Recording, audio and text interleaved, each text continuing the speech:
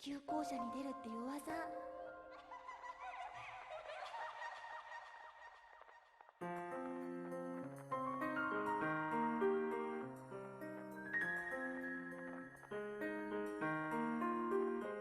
明けない夜数えながら過ぎ去った日思い続けた巡る夢の中消えてゆく影星溢れる血の願い尽きることない後悔の果て渡れるまま愚かな花散る包まれ息吹く永遠の闇冷たすぎてもがくだけの巡りよ枯れないで私たちは美しいまま踊ろうよ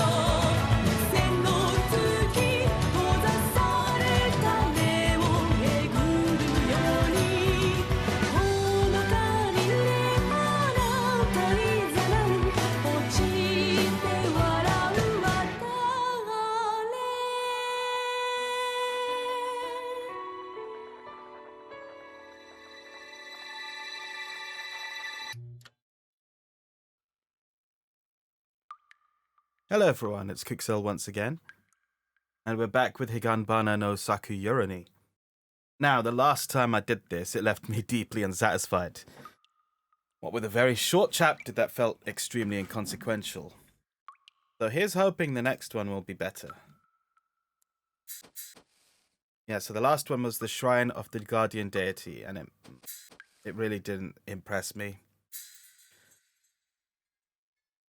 Now, this one looks like it's supposed to be Hamelin's Castanets, but they seem to have missed a letter. Hello guys, Future Quicksilver here. Just to clarify on one thing, it is Hamelin, but the spelling is correct in German, as the whole thing is a reference to the Pied Piper of Hamelin. I didn't pick up on this at all when I recorded this the first time, and that's because I'm a massive idiot. Oh well. I'm just hoping there's less female characters for me to voice this time. It really strains my vocal cords. 8:50 a.m. Normally, attending students would be heading straight for their classrooms. And until the start of the first bell, they'd strike up conversation with their fellow classmates. It was that time of day. However, at this hour, things were a little different today. Instead of a lot of students gathering to enter the school building, they gathered in front of some rabbit cages behind the building. Some were screaming, some stood dumbfounded, and some were vomiting in the nearby storm drain. Sounds like bad stuff's already happened. Their reactions to the spectacle that lay before them was of all varieties. However, if one carefully observes, they would be able to tell that in the depths of their eyes, they all had the same look. That was the look of curiosity. For the male students who caught their breath and opened their eyes, they huddled with their friends, and even the girls who seemed about to cry were really thinking the same thing. This was somehow amazing. After all, this was the first time they had seen such a cruel spectacle before. It wasn't in a drama, anime, or even manga. It was in the real world. Moreover, it was at the school they go to every day. Inside the pen, the bottom was a sea of dark red blood. Rabbits that have had their ears torn apart. Tails, front legs, back legs, and all their organs from their torsos. Rabbits diced up with some kind of sharp instrument. Rabbits with their whole bodies turned purple from being beaten, and their tiny limbs bent in impossible directions. There had never been such a gruesome scene more befitting of the word cruel. Furthermore, regardless of how many rabbits were in that state, they were still alive. How? Bloody hell. Blood flowing as they shivered, they let out shallow breaths. But there was no one among the students who could treat them. Despite how young they were, they understood. No matter what kind of measures they took, these rabbits could not be saved. Rather, they realized that if they saved the rabbits as they were, then that would be even more cruel. Hearing the commotion, the teachers ran out of the staff room. Although they all too turned pale and were at a loss for words after taking a look at the rabbit pens, they managed to restore some order and directed the students to wait in their classrooms. However, even after the children had gone, the teachers didn't move for some time. They merely painfully continued to watch the massacred rabbits. At that moment, they sensed that something moved from the corner of the pen. There was a hole that the rabbits had dug, and from inside, the head of one terrified rabbit looked on at the scene. One terrified rabbit looking on at the scene popped out. "Every cloud has a silver lining, apparently," one of the teachers muttered. And as if that was their signal, one after another, rabbits began to come out of the hole. Although some were dragging their legs, none of them seemed to have any major injuries. The white rabbits move around the sea of red blood. Caught in the scene disconnected from reality, once again the teachers were at a loss for words. However, the silence was abruptly cut short when one of the young teachers decided to ask a question. Timidly, though incredibly bluntly. Did we really even keep this many rabbits in the pens? The live rabbits and rabbit corpses. Their total numbers far exceeded the number of rabbits they had all thought were in the cages. You've heard the phrase mating like rabbits.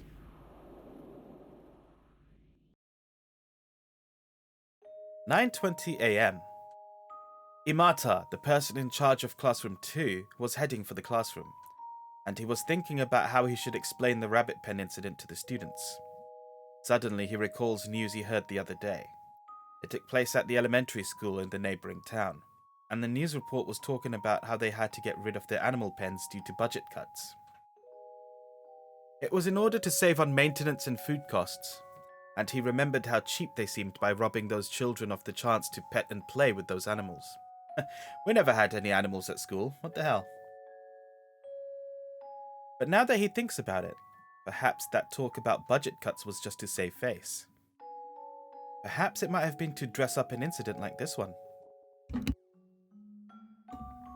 It's a dangerous age. The hearts of children are going wild. The idea that taking care of pets was part of a good education might already be a thing of the past. What will happen with those rabbit pens?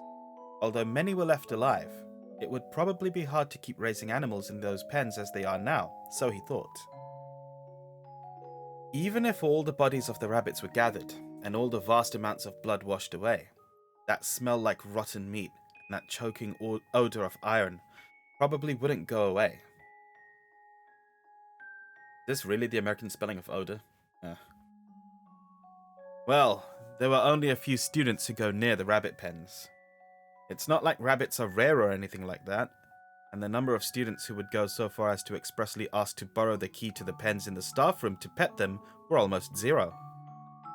It was the same for Imata and the other teachers. They rarely even checked inside those pens. Yeah, so a bunch of rabbits probably just mated and had a litter. Just a student, one of our class's animal rearing committee members, came to borrow a key. That ever-expressionless kid. That boy with the top grades in his age bracket. I wonder if he was among that group of kids circling the rabbit pens just now. If he was there, it must have given him quite a shock. Finally arriving at the classroom, Imata came to a stop. My impression is that I'm not sure the kids would be all that shocked by it.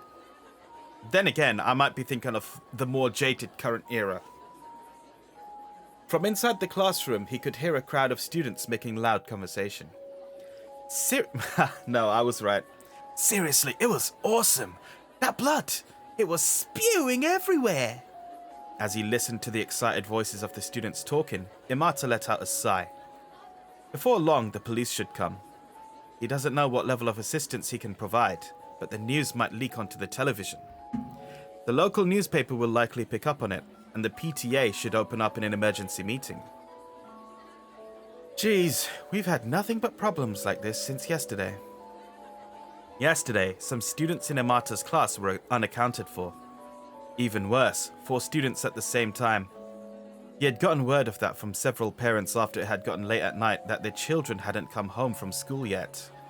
Normally, it wasn't uncommon for students to skip school, and for some reason, those students were a particularly ill-mannered bunch, so Emata wasn't honestly that worried about them. However, when they still weren't found a day later, he obviously couldn't remain optimistic. Whew. Emata let out another heavy sigh and opened the classroom door. The students stopped chatting and all at once turned to face his way. He met eyes with a student sitting in the front row, an animal-raising committee member who went to the rabbit pens every day. Hikaru Nihei was as expressionless as always. Hikaru? A boy's name? That's not a boy's name, that's a girl's name, isn't it? Oh.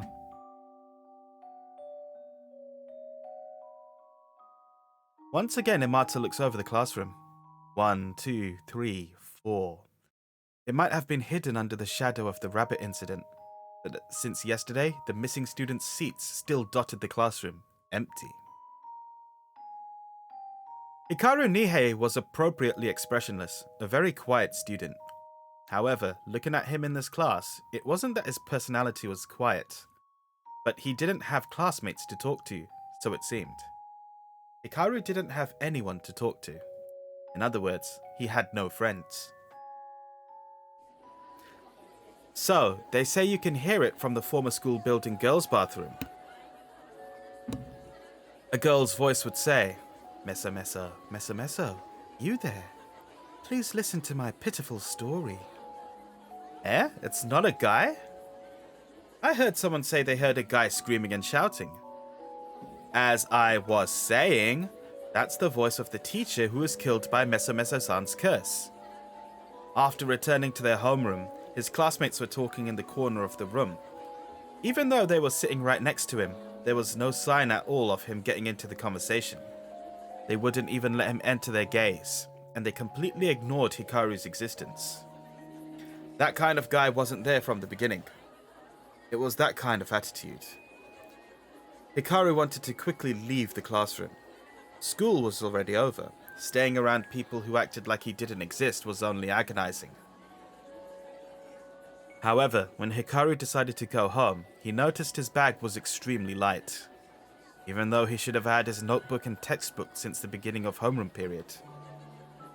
Looking through his desk and locker, his classmates who had been completely ignoring Hikaru until moments ago suddenly stopped talking, and he caught sight of them grinning his way. Not again. Thinking so, he went to look in the garbage can, and as he thought, Hikaru's class materials had all been thrown inside. He carefully moved the leftover milks that covered them. They were soaking wet and thickly soiled, and recognizing these were his things with his name written on them, that alone was painful. He could make use of the textbook, but he probably had to throw away the notebook, even though he had just gotten it exchanged last week for the same reason. A feeling of frustration and shame that could not be put into words welled his heart, and for an instant his vision blurred. I feel bad for this guy. I feel really bad for this guy. It's because I was that fucking loner when I was in school, though not as bad as this guy. As Hikaru held his head in shame, he didn't raise his face for some time, because he felt his classmates staring at him. Keeping his posture, he took a deep breath, bit his upper lip, and made his usual expressionless face. With that, he took up his textbook from the garbage can and stuffed that milk-stained textbook in his bag. He probably wouldn't open that bag until he got home. He didn't want anyone to see him pathetically cleaning and drying out his textbook at school. He left the classroom as if he were running away from that scenario. As he shut the door, he heard a grandiose vulgar laughter. Hikaru once again bit his lower lip. Then he turns away from the classroom and walks off. He wanted to quickly head to the rabbit pens. In this school, Hikaru's unique place to go forget his worries was with the rabbits. And unfortunately, Ooh, Photoshop. Thanks for waiting. How have all of you been? While opening the door to their cage, Hikaru spoke to them. That face, which had been expressionless until now, was filled with such spirit it was hard to believe. His voice also seemed to become extremely good-humoured. He tossed the bag he'd been burdened with towards the corner of the cage. Along with a thud, the dried earth whirled up. Whether they'd reacted to the sound or not, the rabbits that had hidden in holes poked their faces out. Large red eyes. Ears that stood up straight. Those adorable gestures. Their bodies had been dirtied here and there, but if one wiped it away a little, they'd become Snow White. Hikaru was a member of the Animal Raising Committee. Class 2's committee had been assigned to taking care of the rabbit's cage. They had to feed them each day, and twice a week they'd have to clean the cage. Compared to the other members and those involved, it was quite a difficult task, so it had been a position everyone distanced themselves from. From the start of this semester, Hikaru had been forced into this role by the rest of his classmates. But in the end, he thought it was good. Had he not met these rabbits, Hikaru's school life would truly have been the lowest of the low. It was ruined again. My notebook. He held his hand out to the rabbit, softly petting it. The texture of its short, soft fur was pleasant to the touch. It's not all that expensive, but if it's constantly getting thrown away, I wonder if it'd be better to just not take notes in class anymore. That's right. Even if he doesn't bring his notebook, he could still get a good score on his tests. Hikaru was smart. He was smarter than anyone else in his class. His classmates also knew this. Hikaru Nihei was quiet and smart, so that made them jealous. So he was bullied. Outrageous, isn't it? How long had it been since Hikaru's possessions had started being thrown away? Was it because he received 100% in all his classes and was praised by his teachers? Was it because he kindly taught everyone his trick to taking notes? He did not know what the cause was, or if it was an accumulation of everything. In any case, one day it seemed that Hikaru had been bad-mouthed as being full of himself. And finally, when he had moved on to ignoring it, it turned into having his personal items being thrown into the garbage bin. Why me?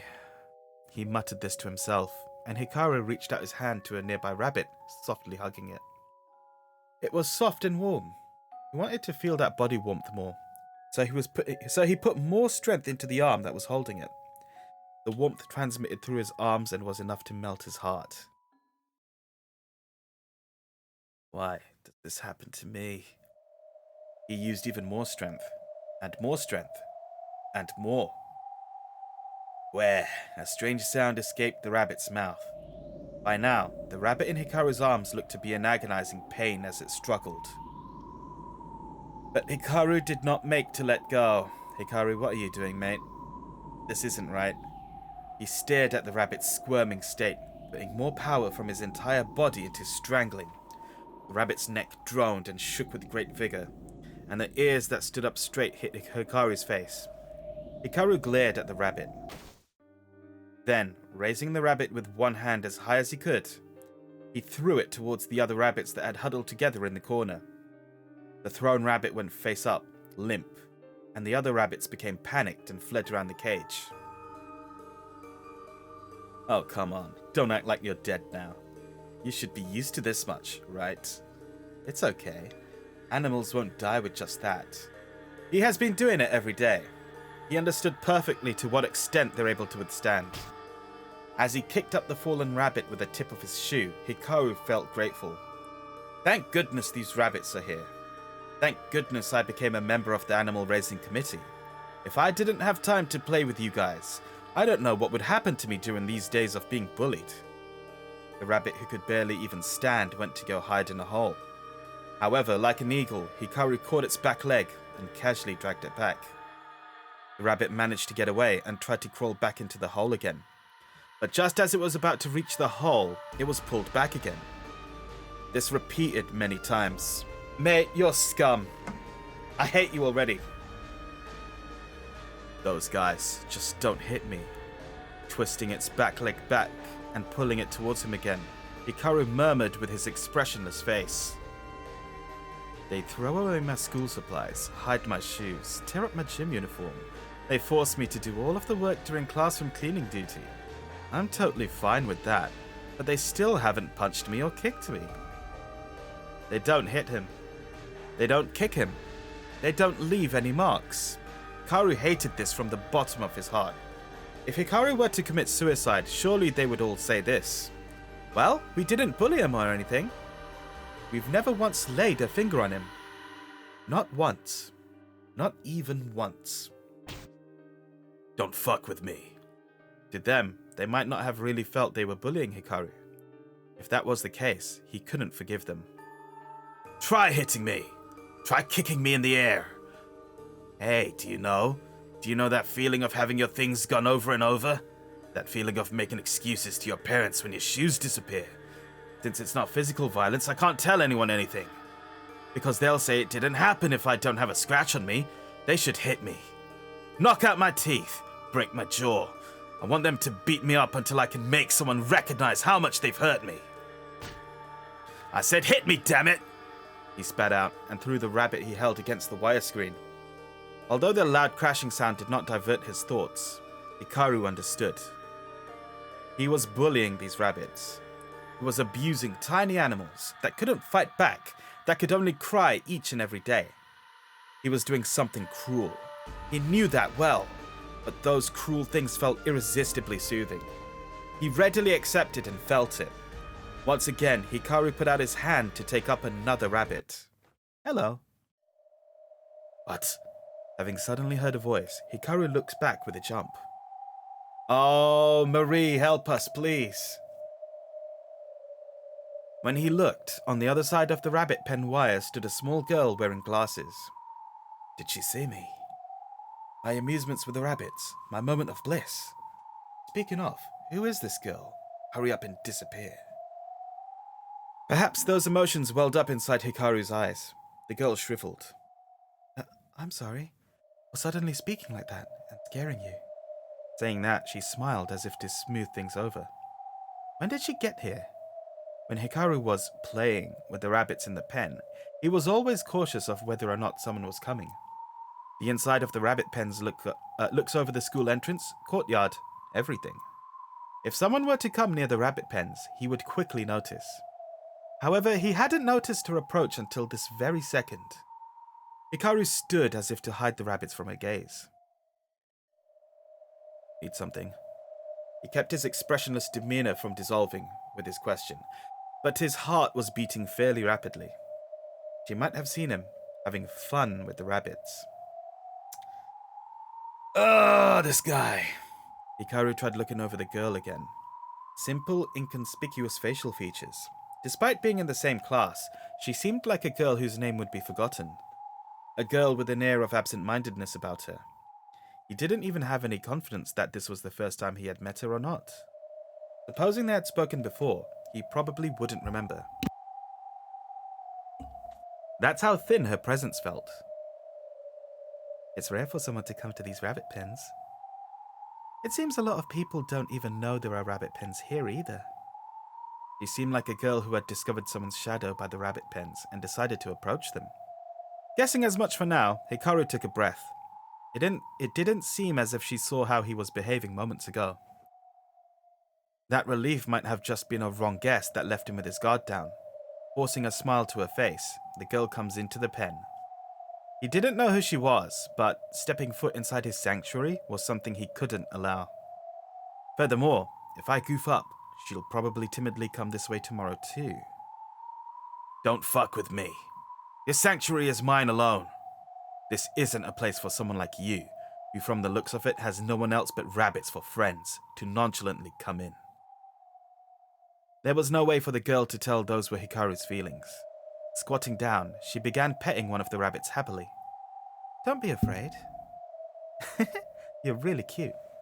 It's fine if you pet them as you like, but don't come here again. He had just sent those feelings, but there was no way they would reach. As Hikaru began to feel his stomach churn a bit, he glared at her back as if he were about to bite into it. Is this one hurt? Don't touch that rabbit! The moment the girl noticed the rabbit was injured, Hikaru grabbed the back of her collar and pulled her down. With the sudden violence, the face of the scared girl matched the expression of the rabbit's, adding to his explosion of emotion. Get out! No one is allowed in here apart from Class 2's Animal Raising Committee. Don't come back again. Get out! The girl's eyes darted about in fear. Did she make some kind of mistake? Her face seemed to ask as she couldn't understand. You didn't do anything wrong. Not a thing. I'll forgive you, so leave, and don't come near my sanctuary again. I'm sorry. I'm sorry. Did I do something? If I did something wrong, I apologize. I'm sorry. The girl shows me her nervous, frightened pupils. She moans to escape my hand, and with that, she seemed like one of the rabbits. She became extremely annoying. What the hell is it with you? Coming to a place like this by yourself? Do you have no friends? You're probably some loner who gets bullied in class. As he shouted full of emotion, his self-wounding words hurt even his ears. However, to the girl, those words cut right to the point. Her expression limply twisted from shock to sorrow. How did he know the secret that I've been hiding about being bullied? She had to have been asking herself. It's unfortunate. I understand it well. So we both hate this feeling. That twisted expression. It pissed me off. Hurry up and get out of here, ugly.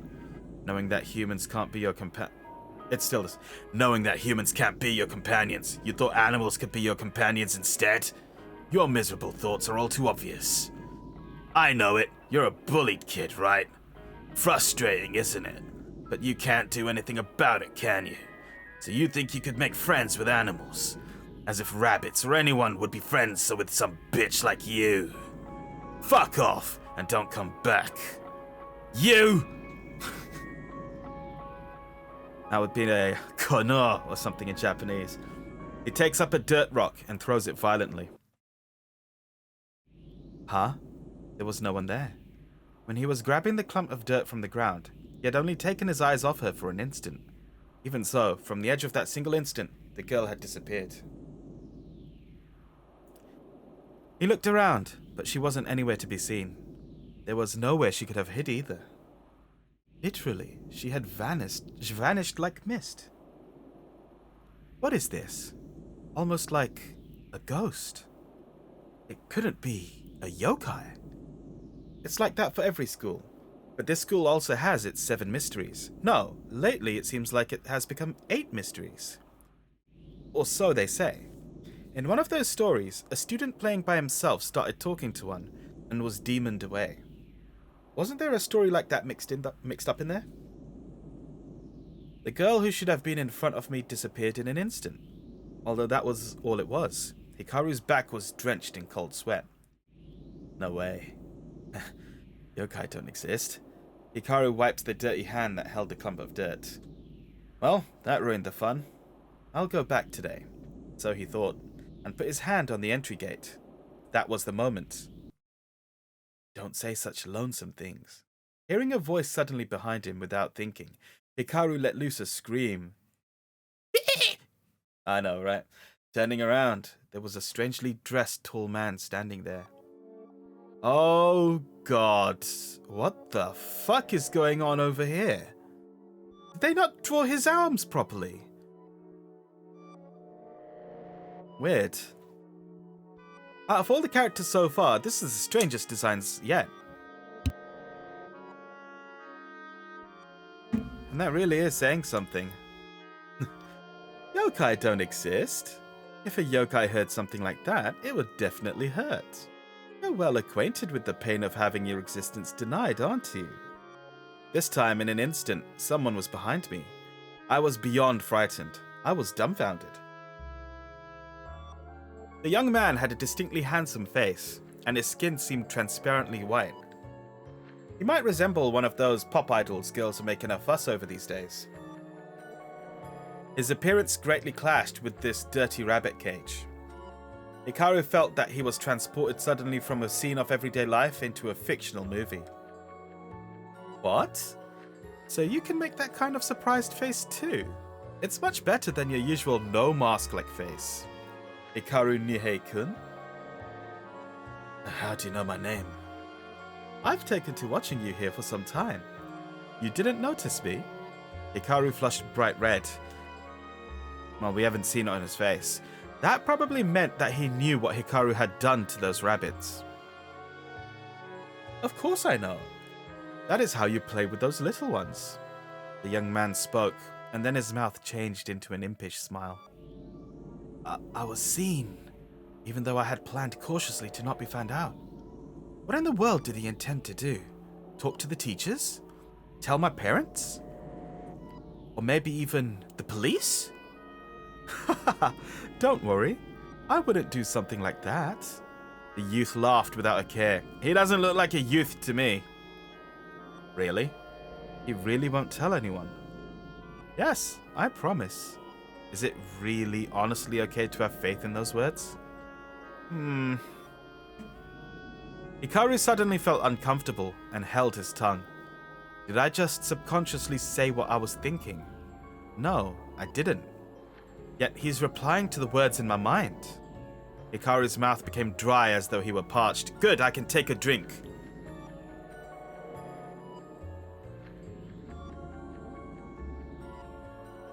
But then what does that make this? This person read my thoughts, but that's ridiculous. If that were the case, he'd have to be a real yōkai. The young man, as though anticipating it, spoke what Hikaru was thinking. Hikaru-kun, you're rather smart, aren't you? You're quick to get the right answer. Then, Hikaru quickly formed a notion. In spite of the fact that only a minuscule amount of time had passed since they'd met, he was able to accept that the young man standing in front of him was not any ordinary human. I don't know what he is, just that he is different from me, some sort of special existence. Hikaru sensed this feeling through his entire body. That's right. In the first place, the moment Hikaru went to leave, he suddenly appeared immediately behind Hikaru inside the rabbit cage. As long as one could not slip through the wire mesh, for a normal human, that sort of thing is absolutely impossible. It helps that you understood so quickly. These days, there are plenty of children out there who start out denying us, and won't accept any proof we give them. You're, a yōkai, right? He asked in a nervous voice. Oh boy. Which made the young man grin broadly as he replied.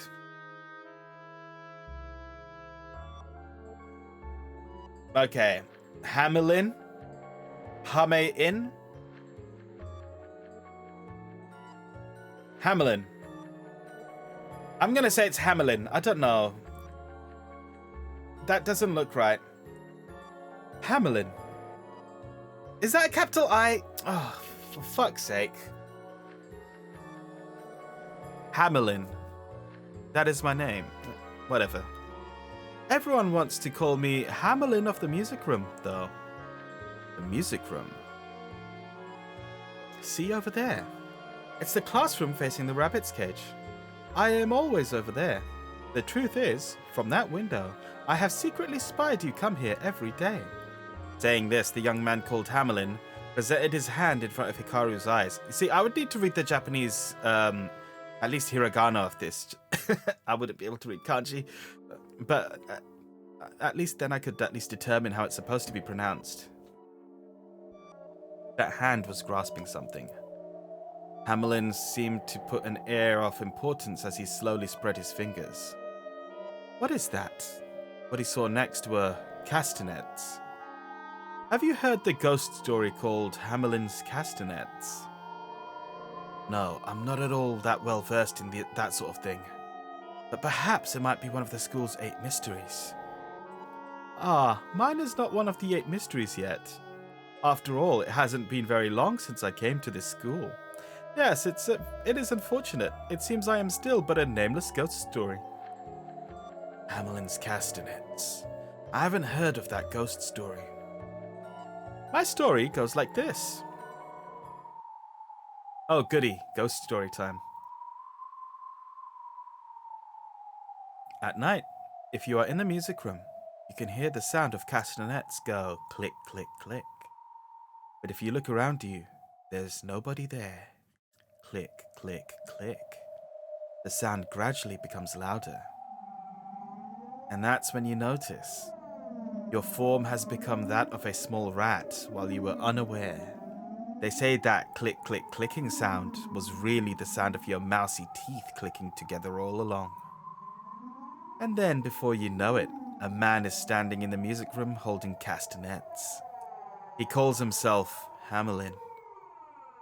Then, the children who turned into rats seem to disappear into the darkness, guided by the sound of Hamelin's beating castanets.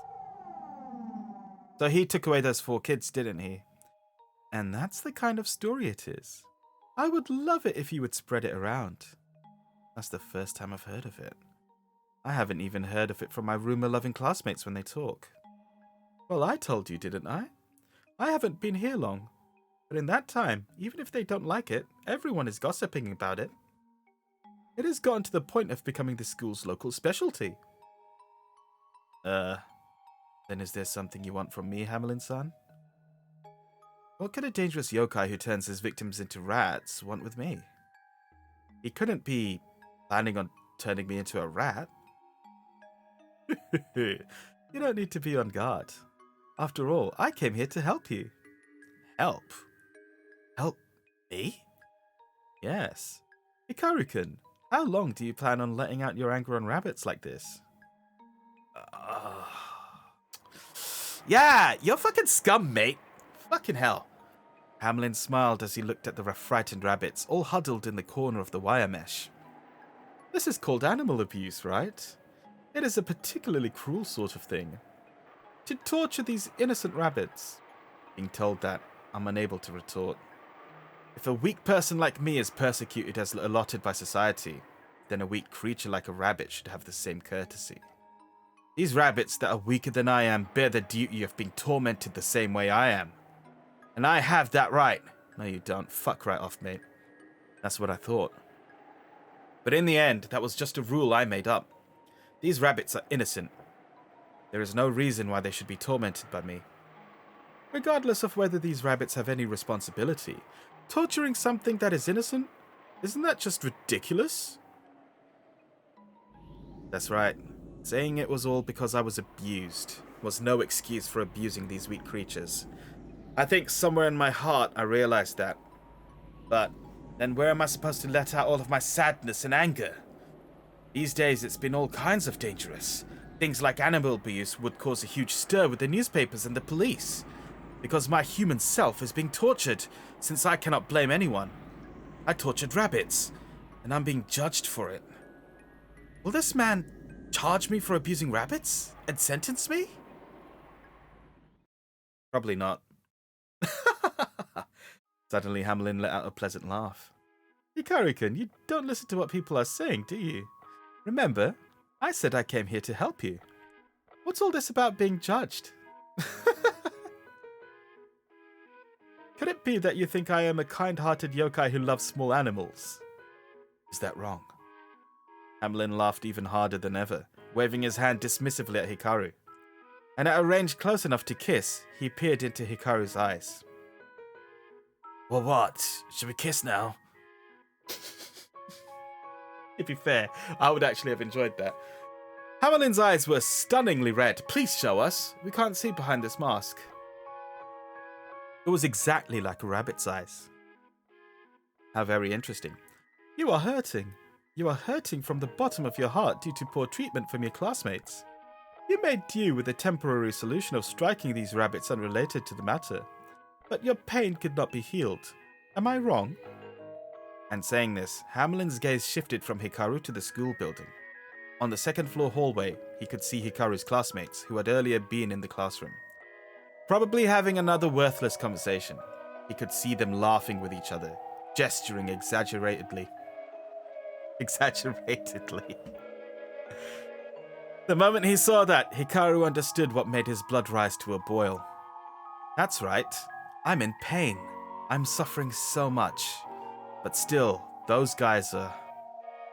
You know, Hikaru-kun, Hamelin's castanets can change things into more than just rats. As long as it's a small animal, it can change them into anything.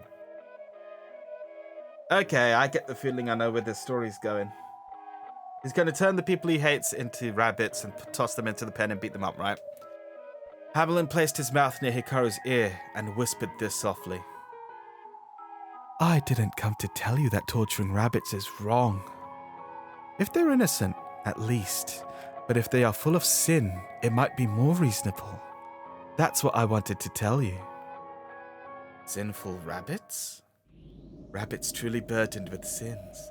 That can heal all your wounds. If you do to these sorts of rabbits as you have before, can't these wounds that have opened in your heart finally be sewn shut? Yep. I get the feeling my prediction is on the money. Alright, next let's try heading to the old school's toilets. It's fine, let's go back. They say the 8th mystery is just a rumor after all. Boys were making a ruckus in the hallway. Thinking to inspect the school's 8th mystery, they were rounding the rumored classrooms and halls, parading through the inside of the building. However, the school grounds were much larger than they thought. Even though they hadn't even checked half of the building, the sun was already setting, and the interior was already covered in grid-patterned shadows. These filters just keep getting more intense. Speaking of, normally, don't school ghost stories, don't they have 7 mysteries? Why is it only our school that has 8? Well, isn't it because our school is ridiculously huge? They say 8 mysteries aren't even enough. I've heard we got way more stories than normal schools. Making that sort of idle conversation, the boys sluggishly continued walking. And at the end of the hall, from the shadow of the stairwell, suddenly they see someone's figure. What the hell, you? Didn't you cry and run home already? That figure was Hikaru Nihei. The boys had only just seen him head out the classroom like he was running away. However, now Hikaru said nothing, and with his expressionless face he glared, his eyes fixed upon them. For some reason this guy's staring at us. What do you want? Don't tell me you want to play with us. Yeah, that's a bit much even as a joke. I'd rather die than be friends with this guy. One of the boys showed an exaggerated grimace, and seeing that, the others burst into laughter. Look, hurry up and go home, otherwise next time it won't be in the garbage. We'll throw your bag in the incinerator. The boys threatened, and then they slowly began walking towards Hikaru. But in the next instant... Ow! Something hit the boys in their faces. Hikaru had thrown those somethings at them in a burst. It was rabbit feces. Hikaru, I fucking hate you, but that's a good move. The boys might not have realized that was feces, but they clearly understood it was to provoke them. Hikaru glanced back at the dumbfounded boys as he ran off at full speed. Nice. Their feelings changed from astonishment to rage, their ears flushed red. You bastard! Don't fuck with us! Wait up, damn it. I'm gonna kill you! They all gave chase after Hikaru. Yep. Running out the hall, they flew down the 3rd floor to the 2nd, and they saw Hikaru, who was running in front of them, dive into a classroom on the 1st floor. Throwing open the door, the boys also ran inside. However, Hikaru wasn't inside the classroom. They wondered what he could be hiding under. Hey, come out! The boys shout with rage. That bastard, I'm gonna wring his neck. Even after doing what he did that one time, he still isn't sorry at all. Wait. Even after doing what he did that one time, he still isn't sorry at all. Have we been told what he did? I don't think we have. The boys began searching inside the classroom. For some reason, this place seemed like the music room. The sun was setting. There weren't any lights on either, so it was very dim. Even the symbol of the music room, the grand piano, seemed like a large black animal in the twilight. Where in the world did he hide? I know he's here somewhere. Flush him out, and we'll cut him. Ooh. They're getting physical. He'll get what he wanted. He'll get physically harmed. Then he can kill himself. Problem solved. End of story. That'll probably be a better ending, but anyway, let's see what happens. At that moment, the sound of click, click, click echoed through the music room. Quickly, they realized it was the familiar sound of a castanet. Hey, what's that noise? It's a castanet, isn't it? The boys looked around them, but no one was there. They met the eyes of the portraits of the musicians on the walls, but there were no real human beings to be found. But the sound continued. "Hey, stop messing around and show yourself!" The boys shout, but their voices oozed with fear. They thought it was reasonable that it had to be Hikaru playing the castanets, but from moments ago, they couldn't sense anyone else in the room but themselves. And yet, the sound of the castanets continue. And yet, the sounds of the castanets draw closer. Click, click, click. Click, click, click, click, click, click. The boys were panicking, and they looked at each other's faces. It seemed no one was hiding their fear any longer. Something is seriously wrong, right? What the hell is that sound? Where the heck is it coming from? I mean, it's like it's right behind us. The boys realized that the formless sound was coming up right behind them. And so, timidly, fearfully, everyone turned around simultaneously. Huh? There's nobody here. There was no one there. However, the boys were assaulted by a strange sensation. Something about what they were seeing was odd. Oh, brilliant. They felt dizzy as things warped. For some reason, they felt the room had suddenly gotten much bigger. The ceiling above them looked bizarrely further away. Was the piano that large? The keys were so high that their hands couldn't reach them. The boys realized it wasn't that the room had become larger, it was that they had become smaller. The panicked boys tried to cast their desperate scream, but their voices didn't come out. Why? And for some reason, I can hear everything around me much better. What the? Were my hands and legs this short? At that moment, they could hear someone's whisper-like voice right next to them. At night, if you are in the music room, you can hear the sound of castanets going click, click, click. But if you look around, there's nobody there. Click, click, click. The sound gradually becomes louder, and that's when you notice. Your form has become that of a small rabbit. There was a strangely attired, long-haired young man standing there, and in his hand were castanets. However, to the boys now, as they looked up at the young man, he seemed to have a stature like a giant. They realized it. They realized how small they had finally been reduced into. The young man put a smile on his elegant face, and then looking at the boys, no, the rabbits, he laughed. Congratulations! You see, you're the first victims of my ghost story, Hamelin's Castanets. The young man even began to play the castanets to a rhythm. As if they were being manipulated by that sound, the rabbits formed a line. Well then, it's time for the end of the story. Then the children who turned into rats seemed to disappear into the darkness, guided by the sound of Hamelin's beating castanets. Well then, now I will guide you all into the much-awaited darkness. The sound of Hamelin's castanets echo in the music room. That's twisted. Wonderfully twisted. When they came to, the rabbits realized they were in the rabbit cages behind the school. When Hamelin stopped playing his castanet, the rabbits could move freely by their own will. However, because the feeling of a rabbit's legs were different than a human's, they couldn't even walk properly. Well then, Hikaru-kun, the rest is up to you.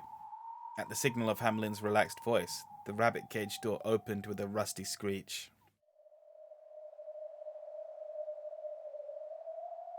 The rabbits opened their red eyes. In front of them stood Hikaru. Of course, as they looked up at him, he had the stature of a giant. And what he gripped in both his hands gave off a strange silver shine. In his arms he held countless supplies. Scissors, drafting compasses, box cutters. They were reflecting the moonlight and giving off a cold metal shine. The rabbits had a feeling about what was going to happen, and then they desperately tried to escape. However, they couldn't cut through the wire mesh, and aside from escaping from a chance hole in the wire mesh, they can't escape. All they could do was just run around in circles, recklessly charging at the walls and fencing only to bump their heads. Looking at them, they seemed pathetically foolish in their pointless resistance. Their claws would loosen and break against the wire mesh. Here and there blood flowed from head-sputting. Perhaps they had given up, as they huddled together and looked up as if to beg Hikaru. Please, forgive us. Please save us. Please, please, we beg you.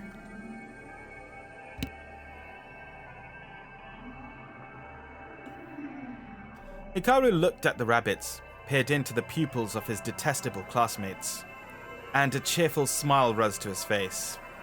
The heartless objects held tightly in both his hands were many, but all they did was express an inhuman gleam. Really, it's too cruel. I wonder what the hell is so fun about killing rabbits. I wonder if this could be the warning signs of some psycho killer. That's freaky as hell. And those 4 missing people still haven't been found, right? No! No! School is creepy! That's a weird way of putting that. Gotta quickly save. Let's go over here. At school, all anybody talked about now were the 2 incidents that occurred the other day. The mass killing in the rabbit cage, and the missing 4 students. The area around the rabbit cage was closed off by no trespassing tape, and nobody was allowed in. The police released a missing persons report for the missing students, and the search was still continuing. But the 4 people would never be found. The only one who knew they would not be found was Hikaru. No, to say even though they were found nobody realized it would be more accurate, but there were many who doubted the 2 incidents were connected. There were also more perceptive people who seemed to realize that the number of corpses in the rabbit cage were the same as the number of students missing. Do you think this was an advance notice of the crime, that they would kill 4 people? The teachers heard countless people whispering like that. What a muddled up tale. Nobody can understand that those dead bodies really were the 4 missing people. Nobody picked up that if one added the number of corpses to the number of rabbits in the cage, that the number was higher than before. Rabbits have a strong instinct to reproduce, and bred on their own while nobody was paying attention. Yeah, that's what I was saying at the beginning of this video. It seems that's as far as anyone was thinking. And for now, that was fine. That was as far as the rumors swelled. Yesterday, Hamelin said in the rabbit cage, "You must work slowly to become a ghost story." At any rate, if I were to be well known too easily, everybody would get scared and nobody would go near the music room. There are still plenty of those that you want to get even with other than these kids, right, Hikaru-kun? To become common talk, I'll turn all of your colleagues you wish to kill into rabbits. Hikaru nodded. That's right, it's not just them. Those bastards who ignored me. The ones who pretended not to see my persecution. Every one of Hikaru's classmates were his targets. From here on out, rabbit corpses will be found throughout the school. Only the same amount as missing students. In doing that, once word got out about the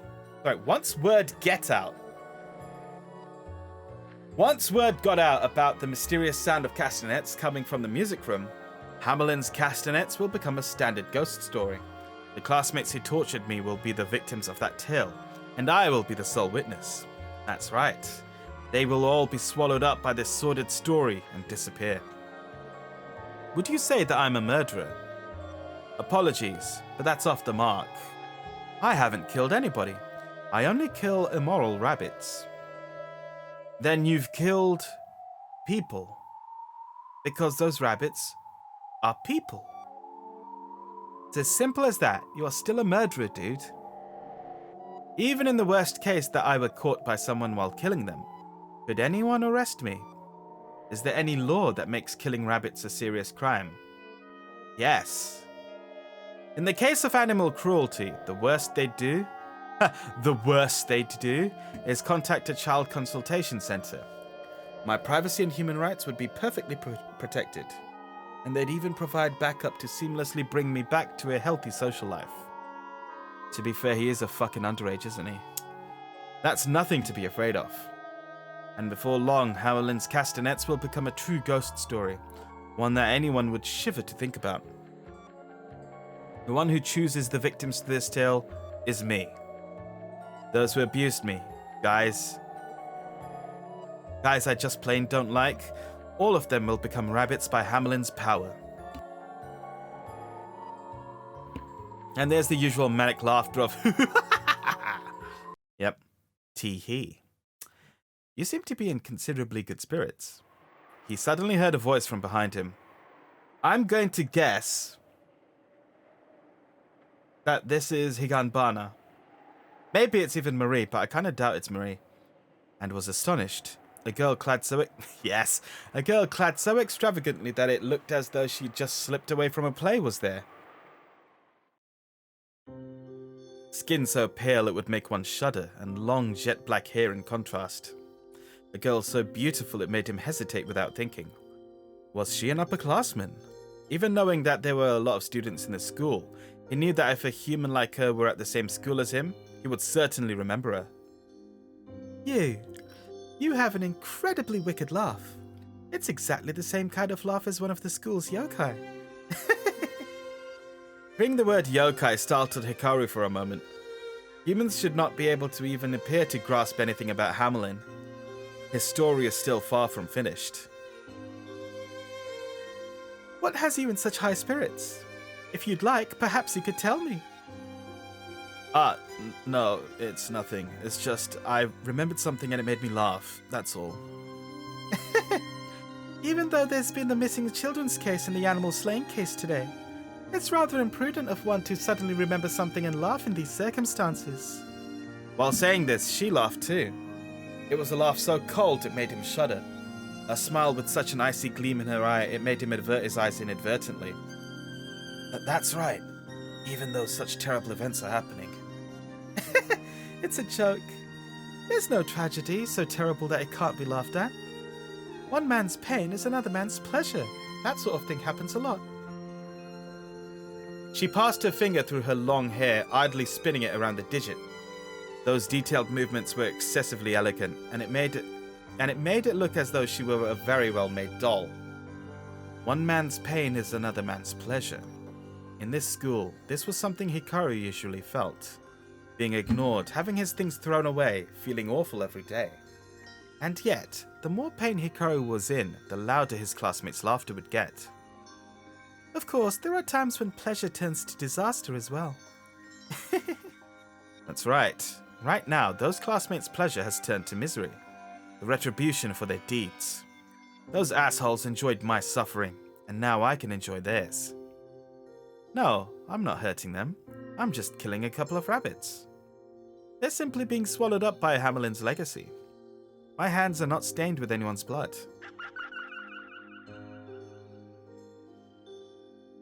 Damn it, I swear. So that's what you think. What are you talking about all of a sudden?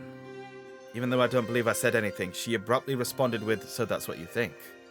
This feeling, carrying on a conversation when I haven't said anything. It can't be. Sometimes a powerless yōkai will make a pawn out of a pitiless human. They can't hunt by their own power, so they tempt humans and use them.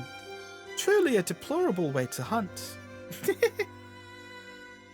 And what of it? I don't understand what you're saying. That's the sort of thing a human pawn would say. Someone without the bravery to do things by their own hands can indulge in a ghost story.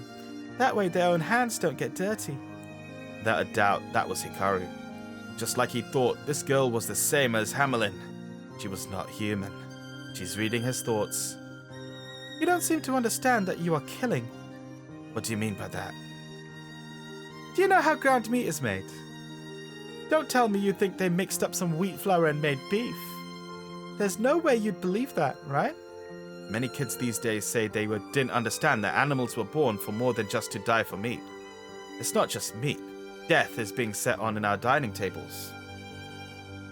But we avert our eyes to that fact, and we eat until we can't eat anymore. We don't want to look at or even know that the very thing brought forth to our dining tables is death. I wonder how many of those children stuffing their faces with fried chicken have it in them to strangle a chicken to death with their own hands.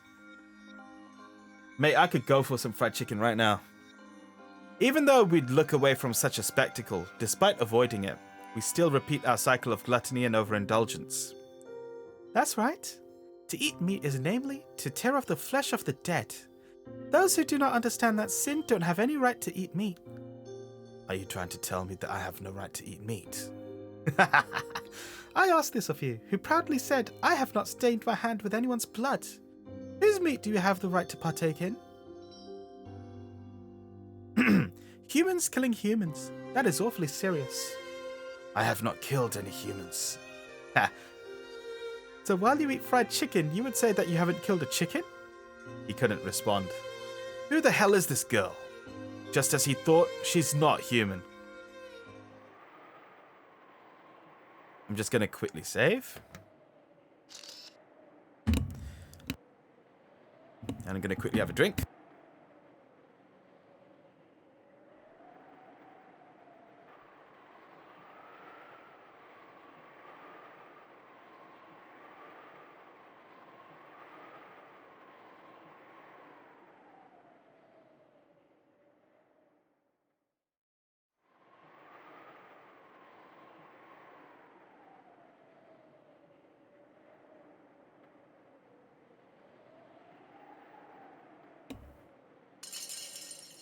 Just then, the speaker installed in the hallway began broadcasting. Oh, fuck. You've been clocked, mate. Hikaru Nihei of Class 2. Yeah, whatever the fuck. You have a call from Imata-sensei. Please come to the staff room. I repeat, Hikaru Nihei of Class 2. Yeah, what the fuck? Oh, sorry. I have to go. More than the feeling of concern I had for what the teacher wanted with me, that feeling of having an excuse to get away from this strange girl was more potent. Yes, later then. Turning his back on the girl, Hikaru ran from there and headed towards the staff room. The girl threw some words at his back. If you have another chance to snatch away someone's life, consider chewing over how serious murder is. Chewing over. If you're not resolved and not prepared to bear the consequences. If you thought you could take someone's life without getting your hands dirty. If you thought that, there's a chance that pleasure of yours might once again turn into tragedy, wouldn't you say? Hikaru quickened his pace as if he were running from something. What is that girl talking about? I only just had a telepathic conversation with a somewhat strange, deranged upperclassman is all.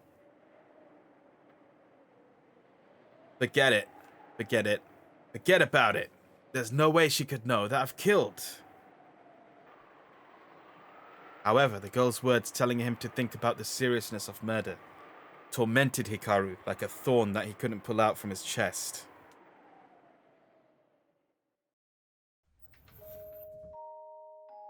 He opens the staff room door.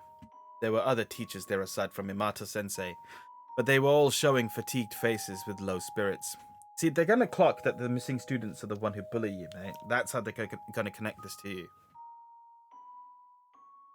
Among them, many seemed busy dealing with phone calls. They weren't just easing the minds of the missing children's parents, but they were constantly flooded with the concerned and complaining voices of other guardians. Bring this mic a bit closer. And it seemed they also had to deal with answering questions from the mass media, among other problems. Suddenly catching his eye, in the corner of the staff room were the remaining live rabbits. Or rather, the real rabbits from the cages. A simple fort made from the many stacked cardboard boxes. Newspapers were spread out inside, and that completed the temporary living space for the rabbits. That reminded him, he felt he had heard that after the incident, they were temporarily moved to the staff room.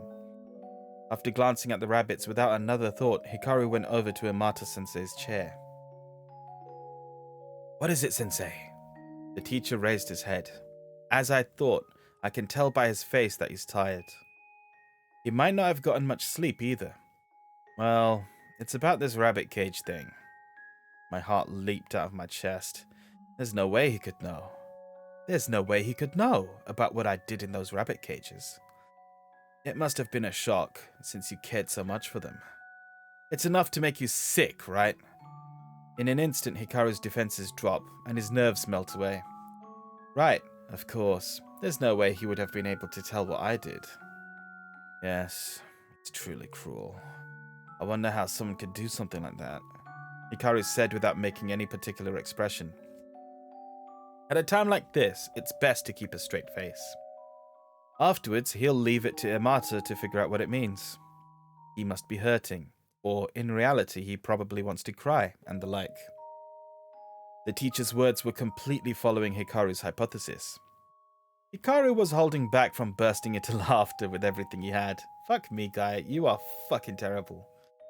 Well then, Nihei, this hasn't exactly been decided yet, but I think that rabbit cage is going to be removed before long. Is that so? That was also something Hikaru predicted. It didn't matter to him. It was a place that they let me utilize for my extreme recreation. But I no longer had any use for the real rabbits, nor their cage. Because now for me, no, for us, the school itself had become one giant rabbit cage. I know it's unfortunate for you, Nihei, but I think the sooner we get rid of the rabbit pens, the sooner the shocked children can forget what happened. Because they were killed so terribly like that. Well, that may be, but how should I put it? We teachers can't really explain it well either, you see. Explanation? What are you talking about? His teacher put his arms behind his head, groaned, and stared up at the ceiling. The students in the lower grades, well, they're flooding their teachers with questions.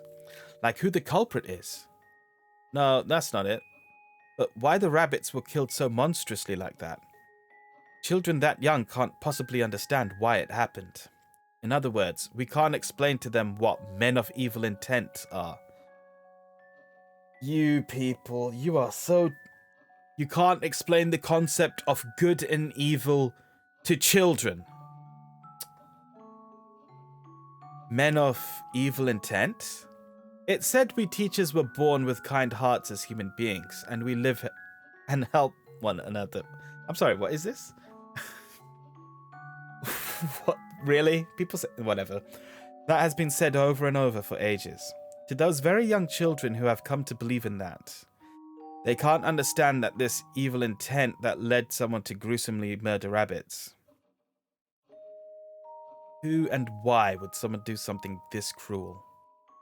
How can someone do something so brutal? When they ask us these questions, even we teachers can't answer them. The irrationality of your evil intent, something not even the teachers can answer. For young children passing their days happily surrounded by the love of their parents and the affection of their friends, it's far too early for them to conceptualize the irrationality of evil intent. This world isn't just full of good people. There are bad people too, and there's a lot of irrational evil intent that can't be explained nor understood. Even after becoming adults, they won't understand. And they have this thrust upon them. These children have a confrontation with something that is incomprehensibly terrifying, and many collapse from the terrible mental shock. We're powerless. We can't even explain evil intent to these kids. Hikaru was somewhat amazed. If this world is made of good and evil, then evil intent is a component that makes up half of it. Doesn't being unable to explain that basically mean being unable to understand half the world? Countless unreasonable evil intentions whirled around inside the classrooms. An outsider can't understand this pure, simple, and unreasonable evil intent.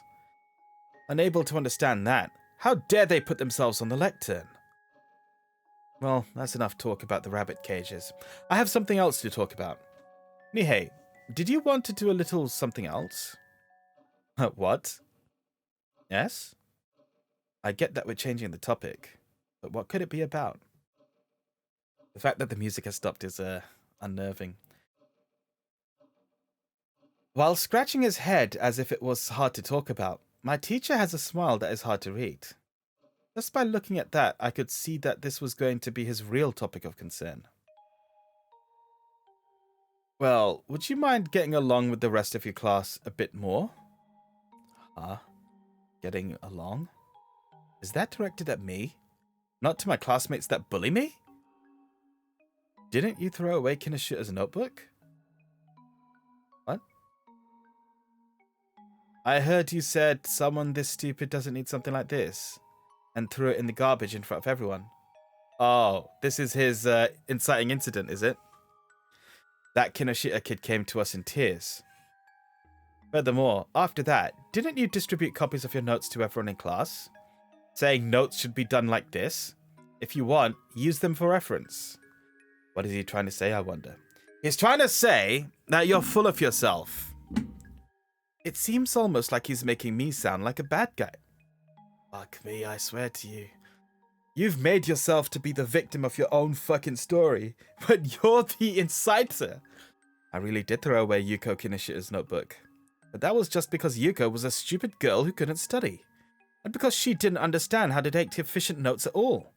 Making a list of snippets written on the blackboard and just making a list of bold vocabulary written in the textbook, it was like a scribble book and crude. It was much better to throw that crap away. Judging it to be so, Hikaru threw away Yuko's notebook as if doing her a favor. Of course, no matter how kind it might have been, Hikaru had no choice but to be condemned based on just throwing a notebook away. Because after that, he thought clearly about Yuko, copied his notes, and brought them as example materials. Furthermore, since it was a good opportunity, he didn't just do it for Yuko, but made copies for the entire class. Our classroom is called the worthless class by other classrooms, because compared to other classes, our grades are extremely bad. Regardless of being the top of his age grade in test scores, the class average was slumping. Hikaru always thought that was annoying. So this was something he was driven to do for the sake of the class and thinking for the good of everyone. Even so, Hikaru was condemned, told he was full of himself. In Hikaru's mind, he remembered something one of his classmates he murdered the other day said. That bastard, I'm gonna wring his neck. Even after doing what he did that one time, he still isn't sorry at all. What did he mean by sorry? I was doing Yuko Kinoshita a favor by throwing away her notes. But since you people don't like me throwing your notes away, it's bullying. After doing something unreasonable like that, what the hell are you telling me to be sorry about? Fucking hell, mate, you're... His teacher continued further with a lecturing tone. It's true you have good grades, but the smart ones don't do things like flaunting it in front of other students. That's what I think. Hikaru's head suddenly froze over. What is my teacher, this bastard, really trying to say? What do you think? I don't really give a shit? Huh? Oh, what you think? I don't really give a shit. If you weren't so incompetent in the first place, this class wouldn't be filled with idiots, would it? And since then, do you even know what I've been through? Despite not noticing those incidents of bullying in the class at all. Despite not even looking. Furthermore, just by listening to Yuko Kinishita's wailing, he feels he understands the situation. What a stupid bastard. This guy just said he couldn't explain evil intentions to kids. Those words are just proof of this guy's incompetence. Who do you think killed those rabbits?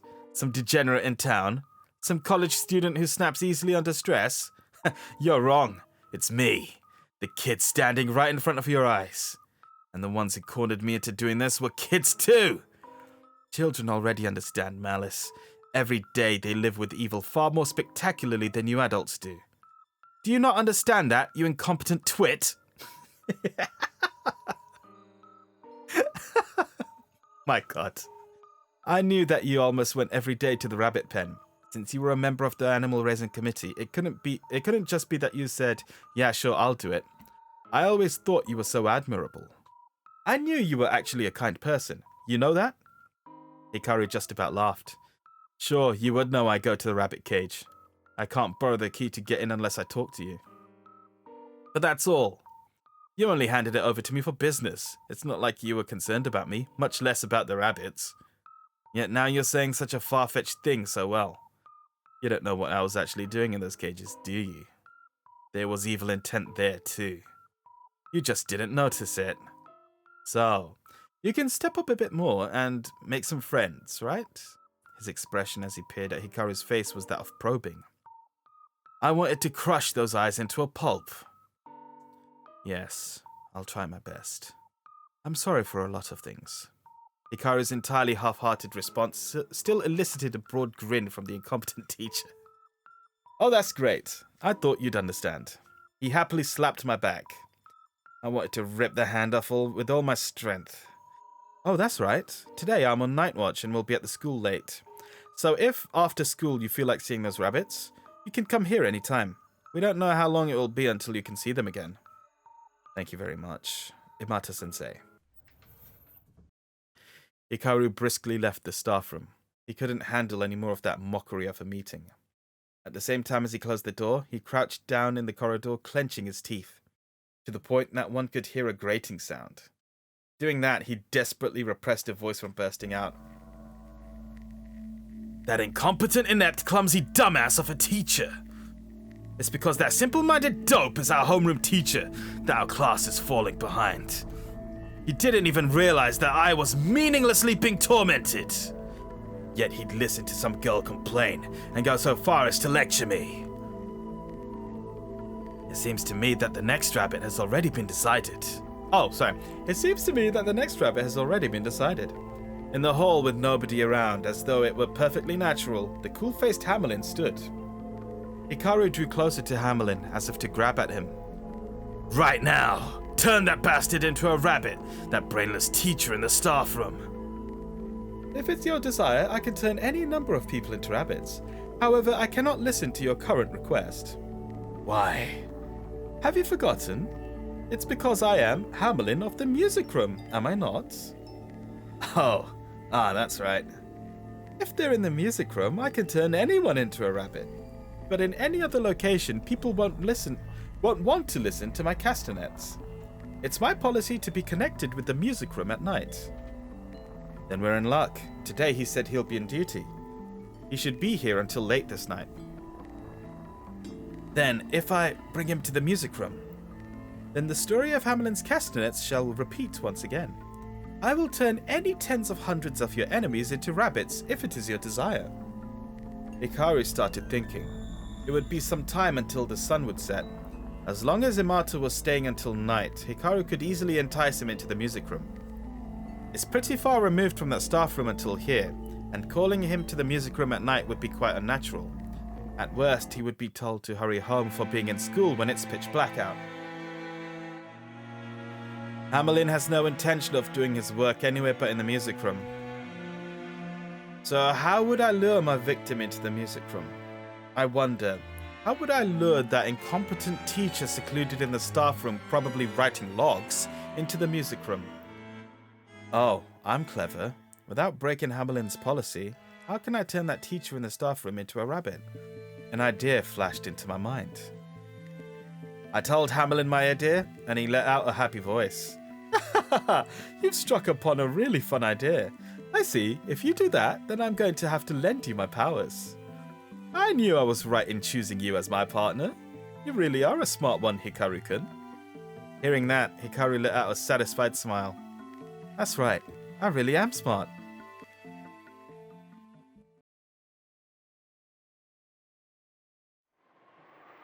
I'm glad we've got another long chapter again. After the last one with fucking Sakutaro, man, it's nice to have one that's up to par again. At least so far. It's after school. The sun will set before long. Until about the last minute, the library room was about to close. Hikaru headed straight for the staff room. The school at night looked completely different than it did in the day. It wasn't just the lighting or atmosphere that was different, but it was as if each building had wandered into their own separate worlds. He walks quickly down the dim hallway. He can't hold back his need to hurry. As he was listening to the sound of echoes of his own footsteps going tap, tap, tap, Hikaru remembered. Whether or not he was properly prepared to take someone's life. You don't seem to understand that you are killing. Those were the words of that strange raven-haired girl. Tonight, I will once again kill a single rabbit, and the teacher will be swallowed by Hamelin's ghost story and disappear. I asked Hamelin to turn him into a rabbit. That was the same as saying, kill him. Someone without the bravery to do things by their own hands can indulge in a ghost story. That way their own hands don't get dirty. Are you calling me a coward? Are you saying I don't know what it means to kill? Is that what you want to say? If humans are going to take human lives, that they need to be properly prepared and should be ready to endure the consequences. I'm not a coward. When I torture those bastards, those rabbits to death, it's because I don't want to treat them the same as human beings. It's not like I want to run away from the fact I'm killing people by killing rabbits or anything like that. I kill them without even treating them like humans. That is my way, going beyond even murder. This is my ultimate revenge. That's right. And that is extremely important to me. Indeed. And should I do something worthy of that revenge? Are you saying I don't understand what it means to kill? Well, I understand. I understand with all 5 senses what it means to kill. I've changed people into rabbits that can't even cry. I've had that feeling of stepping on their faces, the trembling cutting off their ears with scissors, and that feedback when piercing their eyes with a drafting compass. I felt everything, and I understand. That was proof that I truly hated irrational evil intent. I had it. I had the right to feast. I'm charged with hatred, and in the name of revenge, I'm prepared to kill. Is that really so, I wonder? Suddenly, I heard a laughing voice. It's her. That thing that took on an upperclassman's form. A yōkai. She was waiting for me in the staff room. The vital Imata wasn't here. I wonder where he's wandered off to. He was in my way, so I sent him off to wander a bit. He won't come back for a while. She talks like she just read my mind. Just what are you? The words that finally escaped my mouth trembled and seemed pathetic even to me. Now that you mention it, I haven't given my name. But I'm sure it's a name you've heard before. Excuse me, what are your intentions? School yōkai of the 3rd rank dancing Higanbana senpai? I turned around to the voice at my back and suddenly Hamelin was standing there. This is our prey. Imata-sensei isn't your prey, is he? Yes, that's true. He's not my prey. Then what is your business? At any rate, I am a powerless yōkai. Unlike the 8th ranking school yōkai, I'm a being whose story still hasn't caught on in the minds of the students yet. I have no direct knowledge at all of your comings and goings. Well, geez. I don't have a speck of interest in the hunt of a bottom-tier yōkai like you. But you've been a bit too flashy, you see. This is surprising. The night has finally been dyed in darkness, and I just thought of doing my duty as a yōkai. Yet you find I'm being too flashy. That's right. That is also our only duty.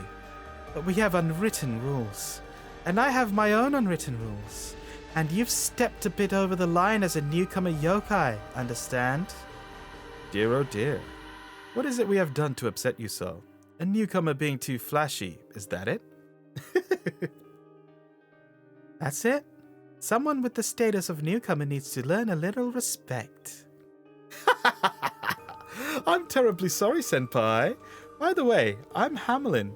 If you look at it this way, for a long time I've wanted to politely pay my respects. Oh, is that so?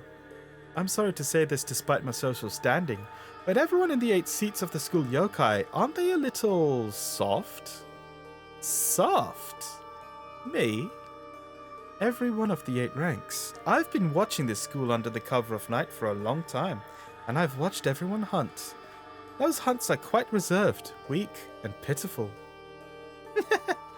You sure can talk, can't you, Mr. Underclass?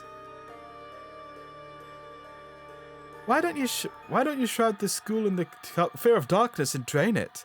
You should all have the power to do that. You can even pretend they were accidents, sickness, and the sort.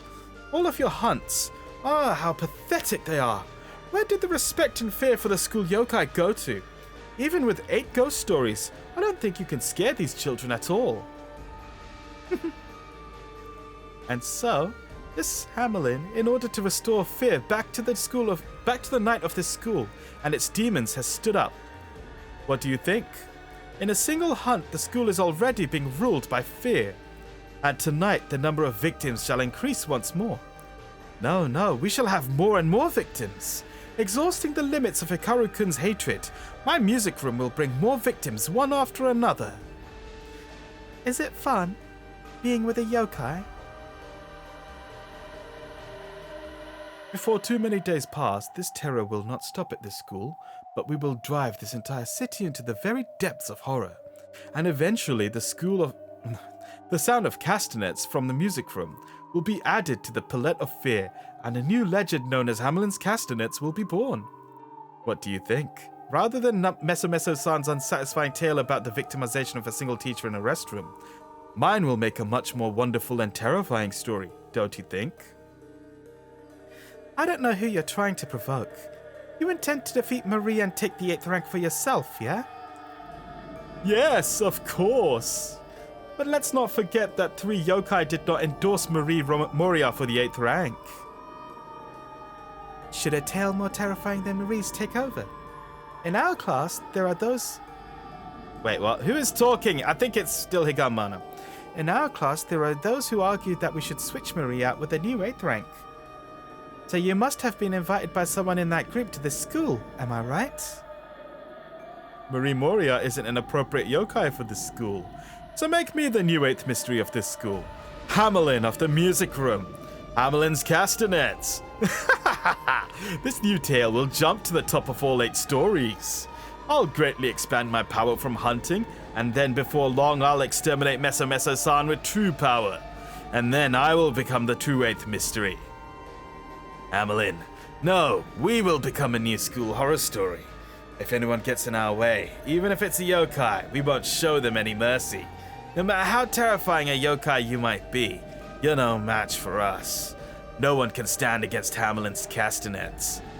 Hikaru spat out a show of courage with everything he had. Ha! And then Higanbana could stand it no longer. Oh boy. Her laughter started off elegantly. By the end of it, it turned into a laugh that shook everything in the staff room as if it were from the depths of hell. Hearing that for the first time, Hikaru began to tremble once more. Wanting to fight against it, he shouts, Hamelin, turn this bitch into a rabbit! What? Yes! Hamelin's Castanets! What the fuck, man? Yeah, I was about to say, we're not in the music room. This isn't the music room, you know. Higanbana threw back her hair and laughed. A tornado burst from her center, scattering paperwork, and showed them a scene not unlike a blizzard from hell. Hamelin, what are you doing? Hurry and turn her into... Ah! The blizzard of dancing papers that was drawing a spiral in the middle of the staff room rushed at Hamelin like a giant white serpent and wrapped around him, constricting him. Then Hamelin turned himself into what seemed like a giant tiger formed from a large quantity of paper. With only his head peeking out, everything underneath his neck was completely constricted by the tremendous amounts of paperwork. Urgh! Someone under the title of Hamelin of the music room picking a fight with I, the dancing Higanbana of the staff room. You crack me up. Hamelin... Wasn't Higanbana the dancing Higanbana of the infirmary? What's she talking about, the staff room? Why don't you try worrying about yourself rather than others? Hikaru Nihei-kun. Higanbana's ruthless eyes shot through Hikaru. Wait, what? Higanbana's ruthless eyes shot through Hikaru. Were you planning on sicking? Right. Sicking Hamelin on me and removing yourself from the situation? To try and ask Hamelin to turn me into a rabbit? That is the same as you trying to kill me. If you try to kill me, then you must prepare to be killed. Help! If you're still like this, it seems you still don't understand what it means to kill. Did you properly listen to what I said? The meaning of killing, having the resolution and bearing the consequences. Have you thought about it yet? Slowly, Higanbana drew nearer. Hikaru's legs were frozen as though stuck to the ground, surrounded in the commotion of a pure white paper maelstrom in front of the yōkai nearing step by step. He couldn't so much as fall on his backside. Right. You think you understand. Higanbana was perfectly reading Hikaru's mind. Once she'd come to Hikaru and read how prepared this particular murder was, she sneered with laughter. I have the qualifications to eat. I have the resolution to kill out of revenge and hatred. Hence, I truly understand with all 5 senses what it means to kill. That feeling of stepping on a face, the trembling of cutting off ears with scissors, and that moment of impact when you pierce eyes with a drafting compass. I felt everything and then I understand. That's your resolve? That's how you understand killing? What are you saying you've experienced? Even though you can't even remember the actual feeling of tearing up a rabbit's flesh.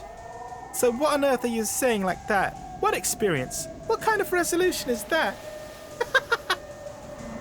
A laugh and the whirlwind simultaneously became a tempest. And as the commotion blew open, Hikaru swallowed. In that instance, his world was wrapped in a silent darkness. God, those bells really are loud. You killed people, you know.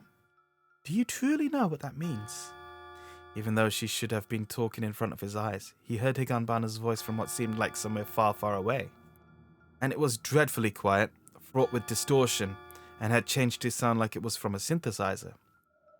His skin was covered in goosebumps, and he trembled with fear. Suddenly, Hikaru realized his right hand was clasping something.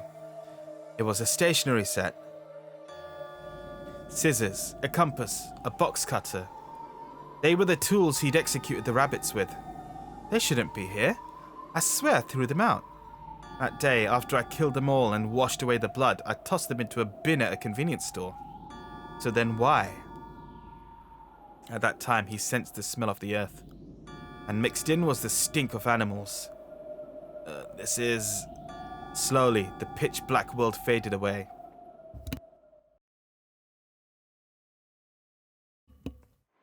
The wind on his cheeks, open air, and the striking smell of animals. He was astonished by looking around the area. It was not the staff room they had been in until now.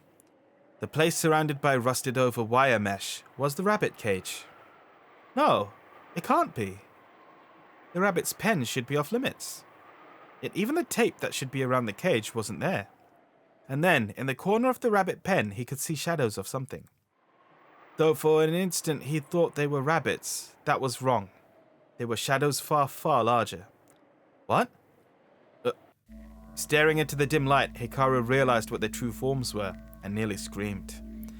They were the classmates that Hikaru supposedly killed that night. My, everybody, we mustn't be so restrained. To experience and to understand killing, that's what you're prepared to experience when you commit murder, isn't it? Thus, we must properly help you remember it, one person at a time.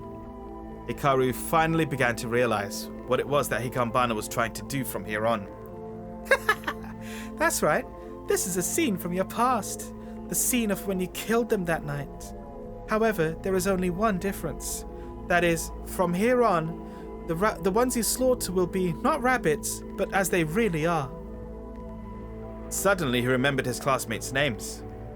Osamu Tabuchi, Shinichi Makishima, Yosuke Nishito, Shunsuke Nagashima. They crouched and groveled on the ground, begging for forgiveness with their eyes, and staring at Hikaru from below. Their eyes were black. On that night, the eyes he saw were not a rabbit's red eyes, but the same black eyes as Hikaru's. Come, experience it now. You said it yourself. Experience it with all 5 senses. Regardless of Hikaru's will, his hand grasped the compass tightly. It was the same feeling as a marionette. Even though it was his own body, he could not fight against anything. Of course, because this is a scene of the past. It's a scene that has already happened. Hikaru's body was only faithfully reproducing it. Hikaru pinned down Osamu Tabuchi's face. In class, he was known by his nickname, Tabuchin. And into that man's pleading gaze, right in the middle, he thrust the needle of the compass deeply into his eyeball. A terrible scream was fired from Osamu Tabuchi's throat. It was a repulsive shriek to hear. Yet Hikaru could not forgive him, even if he plugged his ears. That is what it means to experience murder. The one everyone called Tabuchin, Tabuchin was now writhing about, clutching his eye. Next, Hikaru went to cut off the fingers on Yosuke Nishito's right hand. His nickname was Nishiyan, the type who had many female friends. Cutting the fingers with a box cutter was a considerably laborious task. The blade was damaged by the viscous liquid. and each time he would stubbornly draw it out, finally with a squish he'd lop it off. That squishy sensation as it was crept up Hikaru's back. Of course, on that evening, Hikaru was not satisfied with just one finger. Just like that with the other fingers. Squish, squish. Then I kicked Shunsuke Nagashima. I trampled him, his stomach, his back, and his face. There was a soccer player with the same name as him, so he also liked soccer. You mean football. And so I treated him like a soccer ball. Even when his entire body turned purple, I kept trampling him. I kicked and trampled the nearly dead Shunsuke Nagashima's stomach. I repeated this over and over again. Finally, I felt as though I had broken through something with my legs. Every time I kicked his stomach, blub, blub, a thick something came overflowing from his mouth. Makashima's nickname was Shini-chan. I put the scissors to Shini-chan's ears. Snip, snip. After one go of cutting, the blades of the scissors became worthless. So I violently began grabbing the dangling ear that had been cut, and I ripped and tore it off. And on that night I laughed, viewing the blood-stained cage, thinking that there would still be more executions to come. With a wicked grin, I convulsed with laughter. Is this it? My experience of murder? Just then, Hikaru was thrown down on the cold floor of the staff room. The confetti that had been flying wildly about until just moments ago was now on the floor. And he screamed, he's just going, "Yeah!" While trembling on the floor, Hikaru screamed as loud as his voice would allow. I'm not going to scream, it'll just damage my throat. A shriek from the pit of his gut as if he had lost his mind.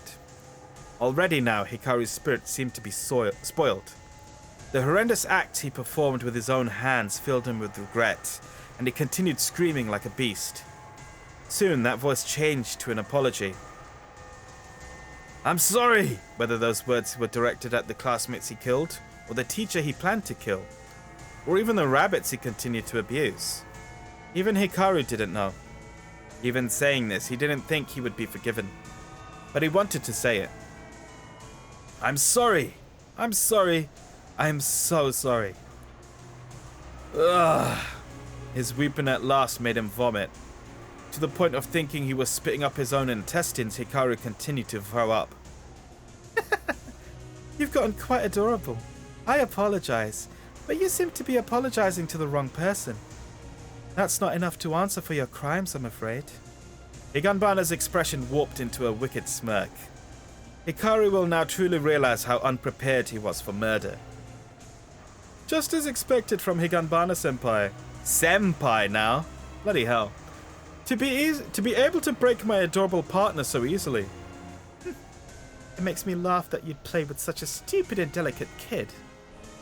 Even though Hikaru-kun was a perfect fit to my spiritual wavelength and was suitable as my limbs, it's quite the menial task to find a child willing to become my pawn.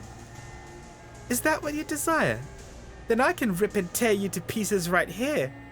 Higanbana's bewitching smile was judging the restrained Hamelin. Just then, with a ripping crackling sound, a section of the documents that had been restraining Hamelin was torn to pieces. The restraint on his right arm was destroyed. Oh my, you surprised me.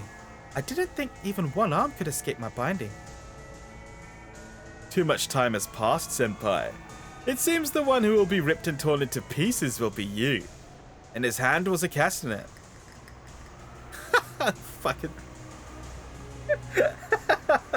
I can't take the castanet seriously. Click.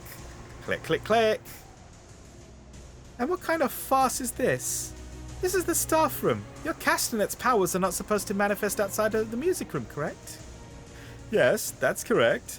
But now, where do you think the room we're now in is? It should be the staff room. If you think that, why don't you take a look at the nameplate? You're saying your powers will be shown just by what looks like a joke? You're quite the half-hearted yōkai. From a crevice in the sliding door, Higanbana could see the nameplate and she gave a bitter smile. Previously, a nameplate that had read staff room had been hanging, but that inexplicably had changed to a sign that read music room. What? This was Hikaru-kun's idea. In case it were difficult to lure Imato-sensei, it should be enough to change the staff room into the music room. When Hikaru visited the staff room, he dismantled the sign from the music room and changed it out. According to that sign, this is the music room. This is my territory. Now become one with my adorable rabbits. Hamelin's Castanets!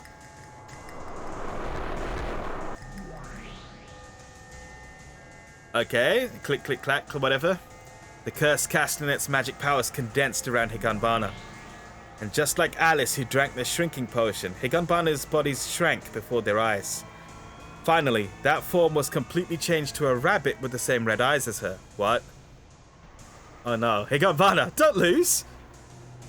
At the same time, the restraints around Hamelin came apart, and the bundle of documents crumbled down with a rustle. Marie, save us, please! Hamelin's newly freed arms dangled heavily. And he gripped the rabbit Higanbana with one hand. Now that you're like this, the third-ranked dance in Higanbana Senpai is ruined. You didn't realize this had become the music room. And that was your downfall. He put even more power into squeezing the ears he picked her up by. Then, as she groveled, he looked at Hikaru, who was covered in vomit, and smacked his lips. How disappointing. Even though I found such a tractable human. It looks like I have no choice but to throw you out after you've been broken that perfectly. So sorry, Hikaru-kun. Those words did not reach Hikaru's ears. Hikaru was nauseous with what felt like vomit up to his head, and inside that, he was praying for somebody, anybody, to kill him. Very well then, I shall grant your wish to the utmost of my ability. This is my gratitude in regards to these results. If it weren't for your work, I would not have been able to knock out Dancing Higanbana-senpai. Thus, thanks to you, I was able to claim the third-ranked seat. While Hamelin's smile became more and more wicked, he raised the rabbit Higanbana higher. I had planned on releasing the rabbits from their cage, but what can I do with Higanbana-senpai? I don't know if you'll turn back to your original form when your power comes back. While you can't do a thing in this shabby form, I should firmly finish you off. I am not cruel like Hikaru-kun. In just a word, I'm only going to swallow you and toss you into my stomach. Looking up at the rabbit Higanbana he'd lifted up, Hamelin's mouth burst open with a splitting sound and became a huge mouth able to easily swallow her from head to toe. I can't move my arms and legs? I, the dancing Higanbana? Oh? Even as a rabbit, you're able to talk? I'm surprised. However, you are unable to do anything. You're right. The most I'm able to move is just my mouth. Well then, at least allow me to hear your death screams. Well then, fare thee well, Higanbana-senpai. Fare thee well? Do you really think you've won? Against you, it's enough to just move my mouth. Hamelin opened his hand. The rabbit leapt headlong into Hamelin's open wide mouth. Oh, yeah.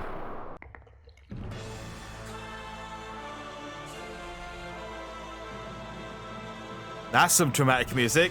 I get the feeling I know what's happening here. She's gonna eat him. For a moment, it was unknown whose scream it was. The only thing that was certain was that it was not Higanbana's death scream. There was one long stream of fresh blood running from the wall of the staff room. That was a bizarre spectacle.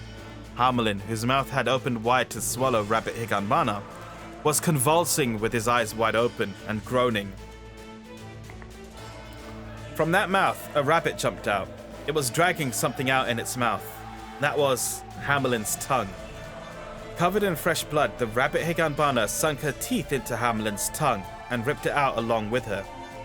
Moreover, the only thing that could be called a tongue was the top portion of what Higanbana was holding.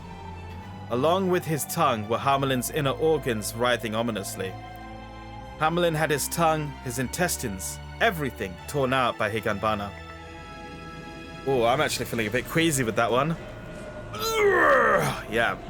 Hamelin's eyes were wide and his entire body trembled violently.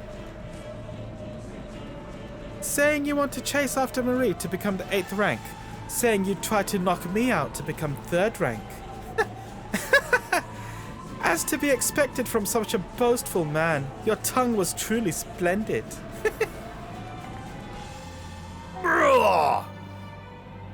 please tell me one last thing. Who called you to this school? Marie is my very important friend. I won't forgive anybody who would try to drive her away. Tell me that name. Ah, it's impossible. Since you had your tongue and organs ripped out, you can't even satisfy me with a reply. Fare thee well, Hamelin. Your story will never remain in this school.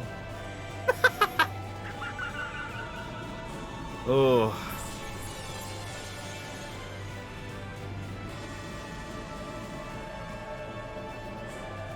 In the shadow of her desk, a terrible sound came as fresh blood splattered out. From there, Higanbana slowly rose and showed herself. It was the look of a Western doll, and Hamelin was no longer anywhere. How unfortunate. Rabbits have quite a large appetite. Did you not know that?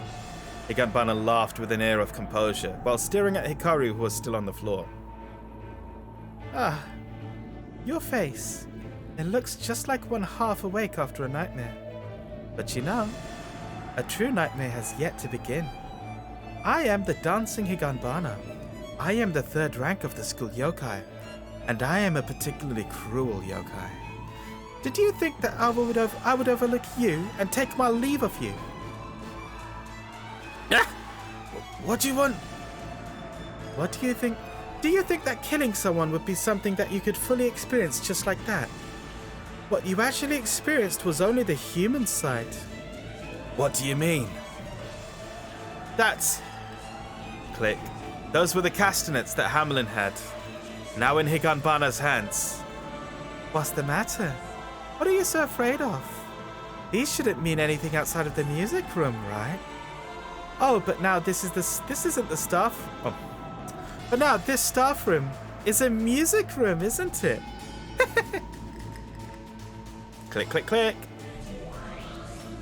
Understanding what Higanbana was scheming, Hikaru understood that the nightmare he'd had was only beginning. Hikaru only experienced what it felt to kill as a human. He still hadn't experienced being killed as a rabbit.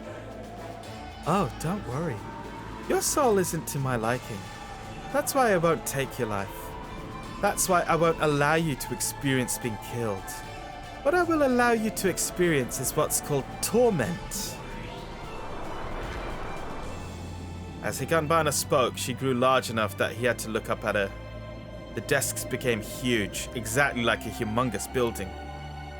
Higanbana suddenly grabbed the rabbit Hikaru and raised him up. Then he was taken to the corner of the staff room, and it became the rabbit cage where the remaining rabbit's cardboard home was.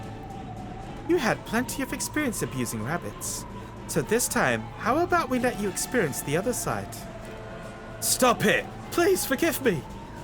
I can't forgive you, because I am an exceptionally cruel yōkai. But very well. Especially for you, I'll give you one chance. The raised rabbit Hikaru rose up above the real rabbits. Chance? That's right. A chance. What kind of chance? Apologize.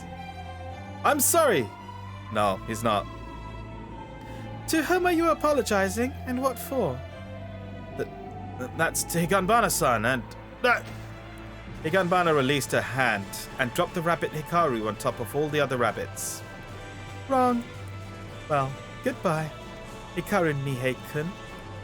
This way you can stay with your beloved rabbits until you die. I don't know what kind of zoo you'll be sent to, but hopefully it isn't with an ill-tempered animal-raising committee member. Wait! Hikaru pawed at the cardboard railing, trying to get out. But in this rabbit's body, it was impossible. Wait! Hikaru's words gradually began to fade away. Rabbits cannot cry out. There's no way they can speak human words. But still, he desperately continued to scream wait at Higanbana. And then at that time, he realized he felt the gaze of countless somethings. And the owners of those gazes were rabbits. The rabbits that Hikaru continued to abuse. Not a single one of them was stirring. They were motionless. Countless red eyes were watching Hikaru. What is with these guys? Finally, the rabbit slowly began to step up to Hikaru. Slowly, as though surrounding him. Hikaru attempted to back away, but was cornered into the corner of this cardboard.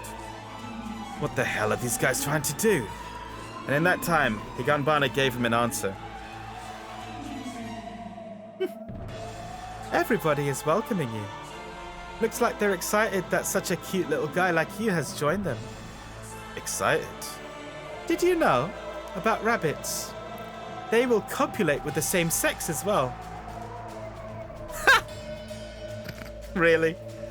That's not... Hikaru's now large ears were being blown about by the feverish, enthusiastic breath of the rabbits.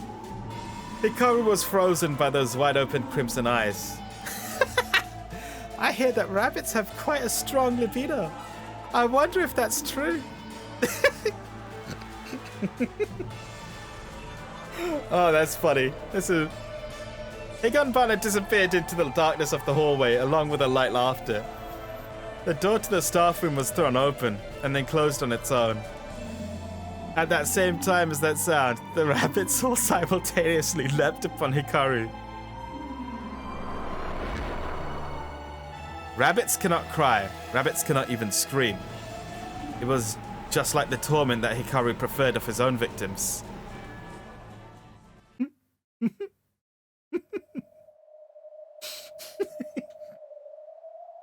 When the school had been...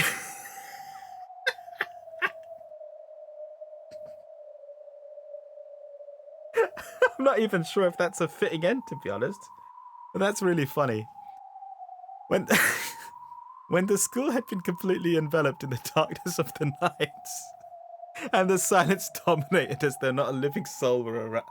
I'm gonna take a drink quickly. Oh dear. Oh, you idiot. You fucking deserve every bad thing coming to you. I forgot what your name even was. Nihei, right. Higanbana's form could be found gazing up at the large moon from the rooftop. If someone apologizes, you should forgive them, eh? Even though it wasn't as if she were asking anyone, Higanbana muttered this. Well, why don't you try thinking it over in hell? After all, you went and ruined my clothes with your snot and tears. Higanbana laughed. The moon was a cruel white. There was no warmth, and only the cold remained.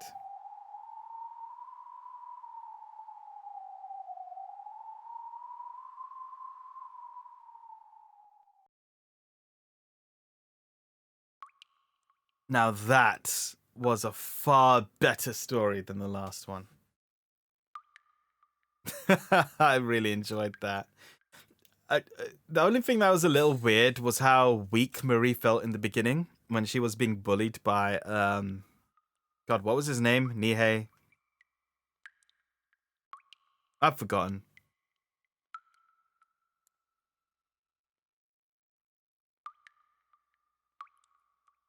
Whatever. Rabbit dude, he's dead. No, he's not dead. He's getting fucked. Literally, but whatever. Fuck him. That was a good story. I really enjoyed that. And I especially enjoyed Higanbana. I love her. She's great. She's sadistic. She's cruel. She's cool looking. The main color is red. It's fantastic. And she's a doll. What's not to like? So yeah. That was Hamelin's. I think it's Hamelin. I don't know how. I'll have to. Whatever. Like, the Castanets. First of all, he was a shit yōkai. And second of all, that was a stupid power. But it was hilarious. I get the feeling that Higanbana was not even flexing any of her muscle there. Would have liked more Marie, but whatever. Good story. And on that note, I hope to bid you guys farewell. I hope you enjoyed this as much as I did. And I'd like to see you guys next time if you did. Later, everyone.